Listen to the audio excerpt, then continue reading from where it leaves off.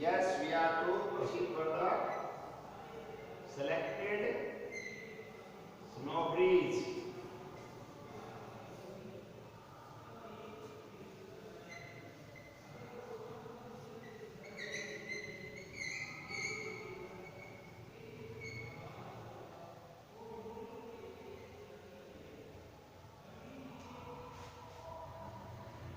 Selected snowberries. Page number 21. We were here on page number 21.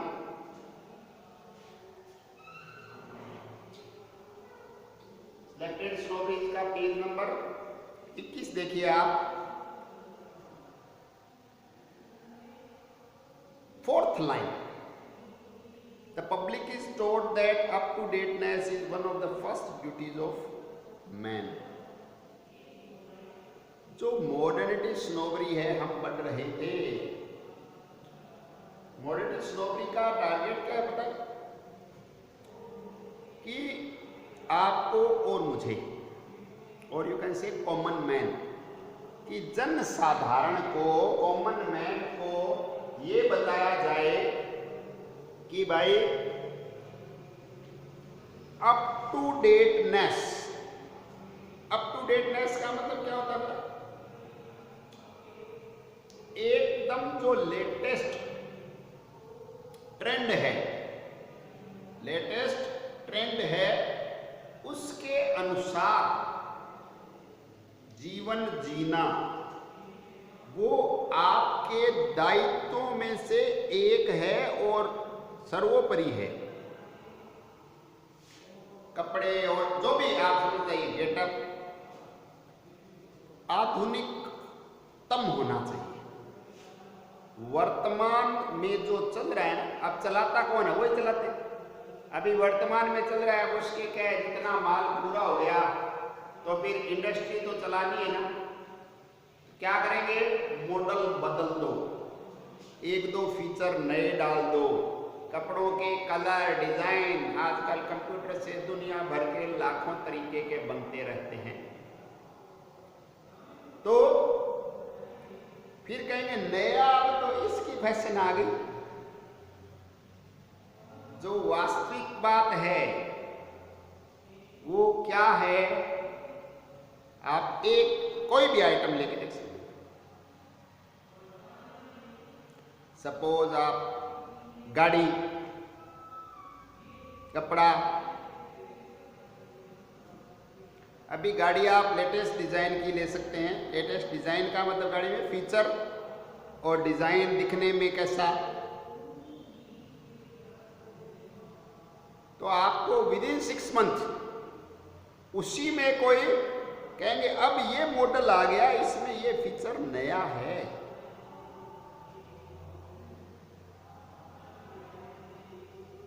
आपके वस्त्र रहे तो पुरानी फैशन हो गई थी, अब तो वो चल रहा है. अब आप दोनों केस में समझिए कि गाड़ी का जहां तक मैं समझता हूं उद्देश्य क्या है, कि हमें एक स्थान से दूसरे स्थान पहुंचाने का एक साधन.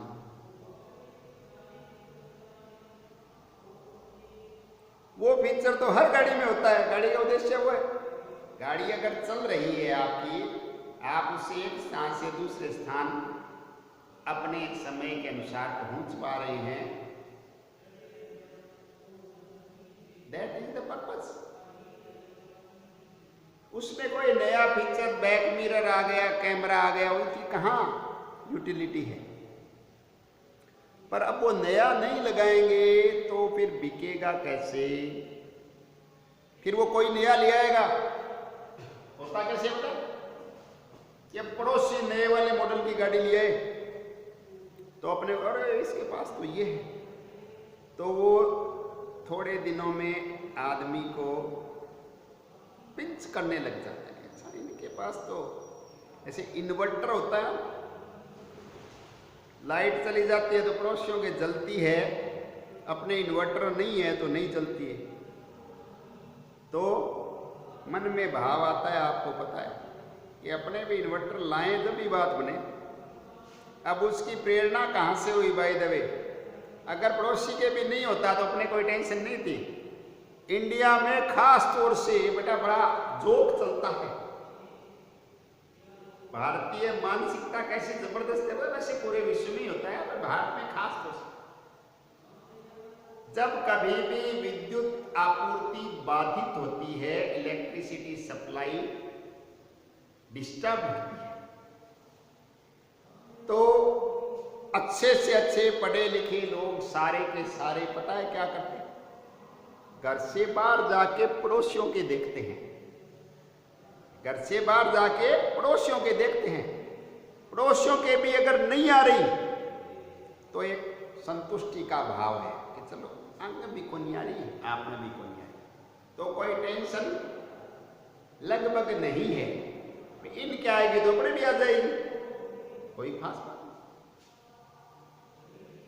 हमेशा लाइट जाते ही आप देखना, बाहर जाके देखना, बांगे भी को नहीं आ रही आपने। अब उसमें समस्या कब बाई चांस पड़ोसी के आ रही है तो कैसे आ रही है? फिर अच्छा इन्वर्टर लगा रखा है तो वो एक बार दो बार फिर डबल फिगर में आते ही उसकी रिक्वायरमेंट महसूस होने लग जाती है। चाहे हो चाहे मत हो, वो अलग बात है, वास्तविकता में अलग चीज है, पर पड़ोसी का मोटिवेशन हो गया, ईर्ष्या हो गई, अपने भी लाएंगे भी। फिर देखने नहीं जाना पड़ेगा बात कि पड़ोसी की लाइट गई या नहीं गई।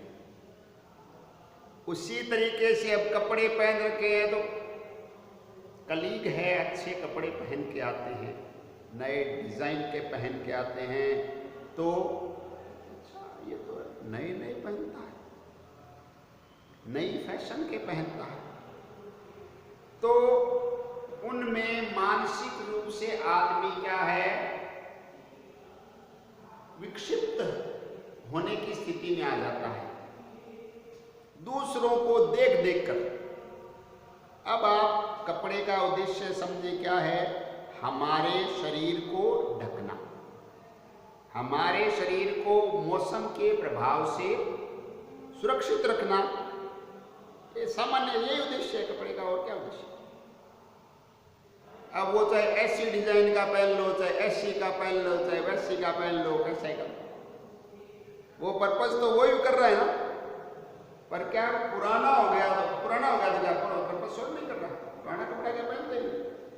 पर फिर ये मॉडर्निटी स्नोबरी चले नहीं, इसके चलने का सबसे बड़ा कारण हम स्वयं हैं कि वो भी दूसरों को देख कर जीते कि अच्छा ये इस कलर की लिया है स्वेटर, तो अपने भी लाएंगे, भी नहीं लिया है, ऐसे ये चीजें चलती रहती है। तो ये क्या कह रहे हैं देखो कि one of the first duties of man, आदमी का पहला दायित्व क्या है कि अप टू डेटनेस, एकदम लेटेस्ट सिस्टम के अनुसार हम चलें।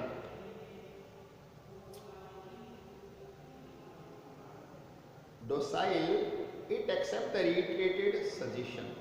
Docile का मतलब more than that, accepts the reiterated suggestion.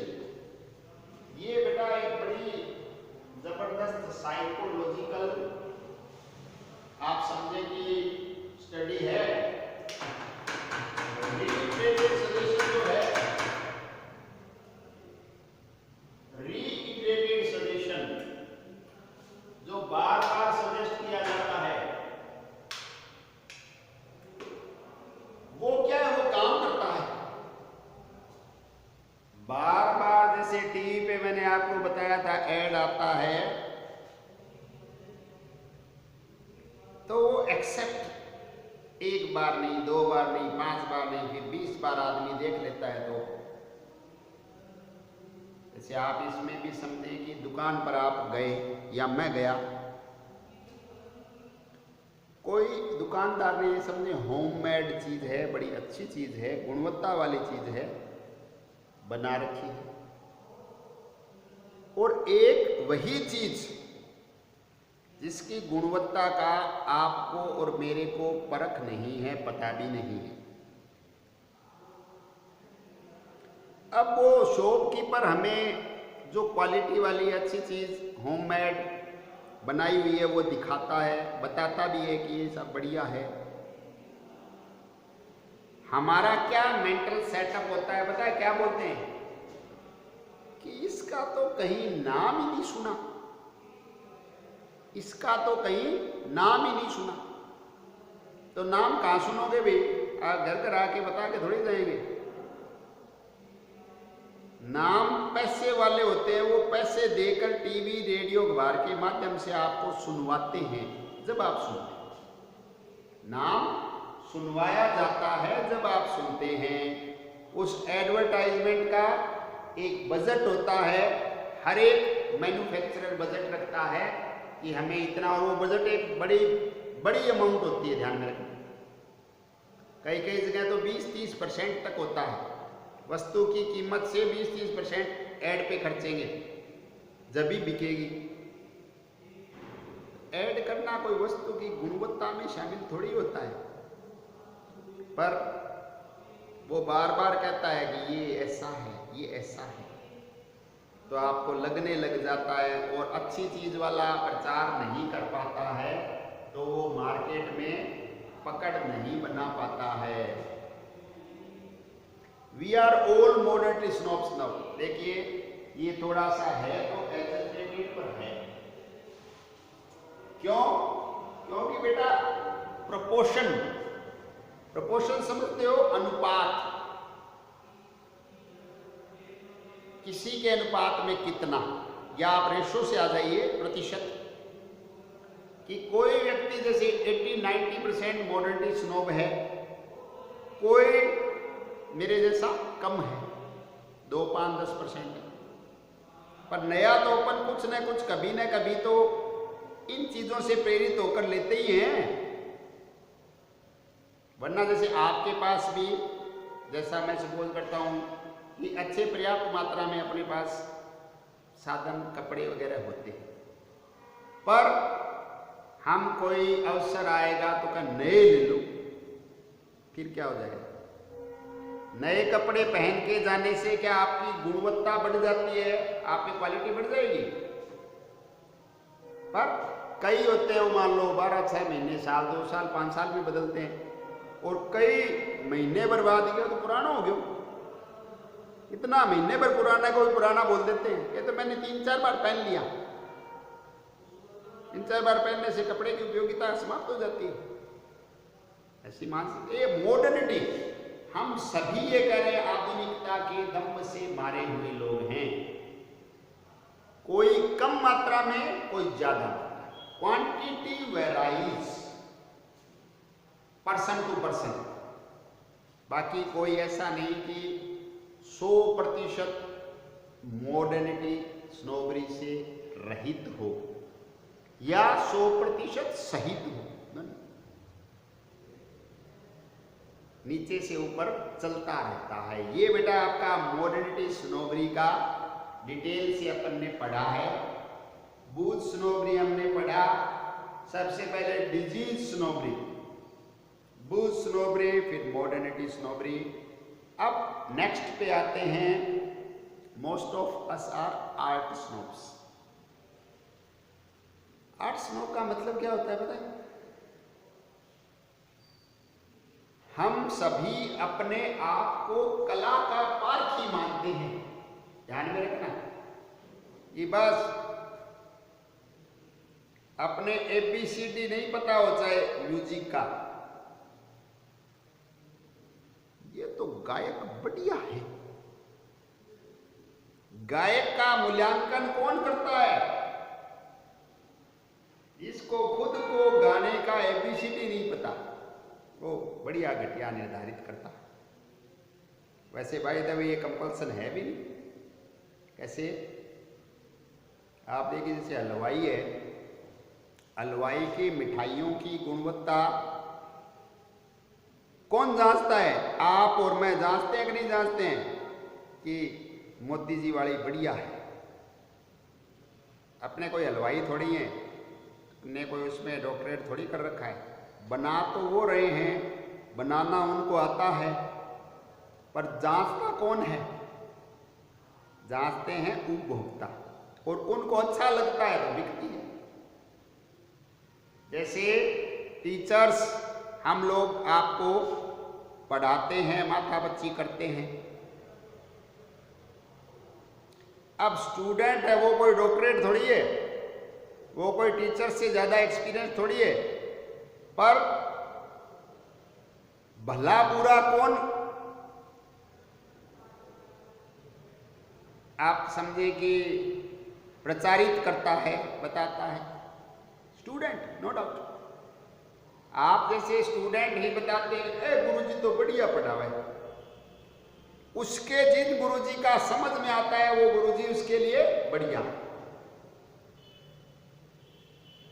वैसा ही आर्ट, अब कला के क्षेत्र में हमें जो अच्छा लग गया तो बढ़िया है। चाहे हम खुद कलाकार नहीं हैं, पर हम कला के पारखी होने का दावा करते हैं। There are two varieties of art snobbery, the Platonic and the unplatonic। दो प्रकार के हैं आर्ट से जुड़े हुए स्नोब। एक तो प्लेटोनिक, आप समझते प्लेटो के नाम से है, एक अनप्लेटोनिक। अब इनका बता रहे हैं कौन सा क्या है। Platonic art snobs mainly take an interest in art. Platonic का मतलब क्या है बेटा? कि वो स्नोब जो कला में रुचि रखते हैं, जो कला में ही रुचि रखते हैं। आप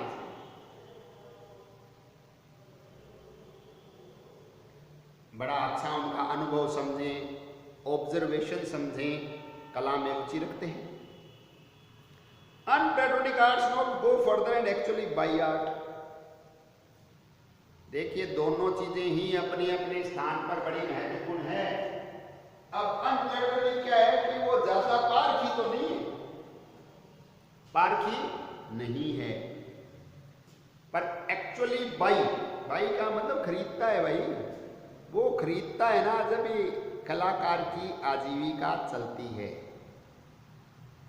अब बात समझ में आ रही है सीधी सी, कि जो परख रखता है बहुत ज्यादा जानकारी, वो खरीदता नहीं है ज्यादा, और जो खरीदता है उसको कोई बहुत ज्यादा पता नहीं होता है, पर उसको सुपरफिशियली या कोई चीज जच गई कि हाँ ये, अब क्यों जच गई इसका कोई रीजन नहीं, वो खरीदता है। पर तो उसका खरीदना एक महत्वपूर्ण एस्पेक्ट है। निश्चित रूप से वो खरीदता है तो कलाकार की आजीविका चलती है। Platonic art snobbery is a branch of culture snobbery. इसको कल्चर स्नोबरी की ही एक शाखा बताया है, इसको प्लेटोनिक। ये भी जांच परख करते हैं, कला के पारखी लोग हैं, मूर्धन्य विद्वान होते हैं। Unplatonic art snobbery is A hybrid और म्यूल। अनप्लेटोनिक वाले कैसे हैं? हाइब्रिड समझते हो आप?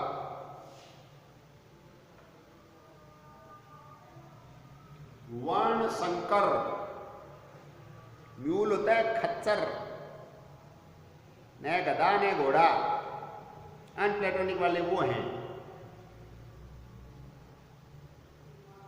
For it is simultaneously a subspecies of culture snobbery and of possession snobbery।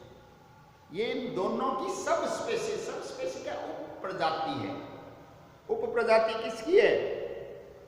Culture स्नोबरी की और पोजेशन स्नोबरी। इन दोनों की उप प्रजाति क्या है? अनप्लेटोनिक आर्ट स्नोबरी।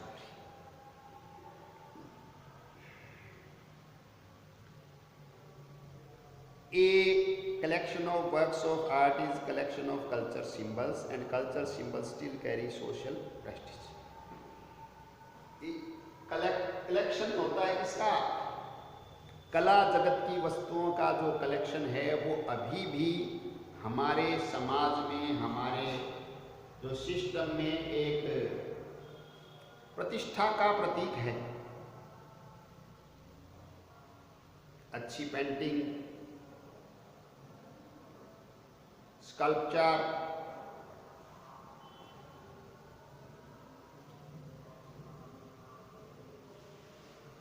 म्यूजिक,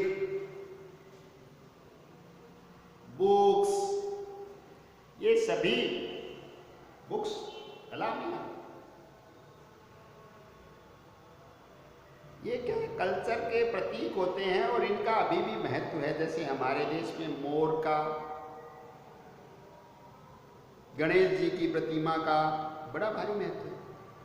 वो हमारे कल्चर सिंबल हैं, हमारी संस्कृति का प्रतिनिधित्व करते हुए प्रतीक हैं।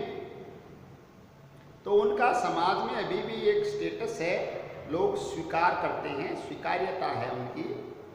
It is also a collection of wealth symbols. और साथ ही साथ देखिए, वेल्थ सिंबल का मतलब क्या है कि धनी होने का जो अपने बताते हैं, दिखावा करते हैं, वो ये समझो कि कला की वस्तुओं से ज़्यादा कोई वस्तु नहीं कर सकती। अभी आपको बता रहे हैं, फिर मैं आपको बताऊंगा डिटेल में। क्या लिखा है? Foreign art collection can represent money more effectively than a whole fleet of motor cars. कि जो आर्ट का कलेक्शन है वो हमारे धन को बड़ा प्रभावशाली तरीके से प्रदर्शित कर सकता है, बजाय फ्लीट। फ्लीट क्या होता है बेटा? बेड़ा। बेड़ा बोलते हैं दस्ता, ग्रुप। इसका कार। ऐसे आप सपोज कि आप किसी के भी घर में अपने गए, 2, 5, 10, 15, 20 गाड़ियां खड़ी है तरह तरह की। तो हमारे दिमाग में एक बात हुई, मेज पैसे वाला है, इतनी गाड़ियां महंगी महंगी। अब गाड़ी का बेटा अपने कोई आता है बाय द वे, तो वो हमसे आज तक किसी ने पूछा है? पूछते भी नहीं, अपन थोड़ी पूछते हैं। तो अगला कैसे कि आपकी है क्या, या बाई चांस बोले हाँ ठीक है, तो वो कोई हमसे आरसी मांगेगा क्या कि आरसी दिखाओ? बस बोल दिया ठीक है, तो भी अगले गए कि ये हो सकता है समझ, और पता नहीं कैश में लिए या ईएमआई आती है क्या। ठीक है, एक सिंबल है, ऐसा नहीं है कि कोई महत्व नहीं है, हम मानते हैं।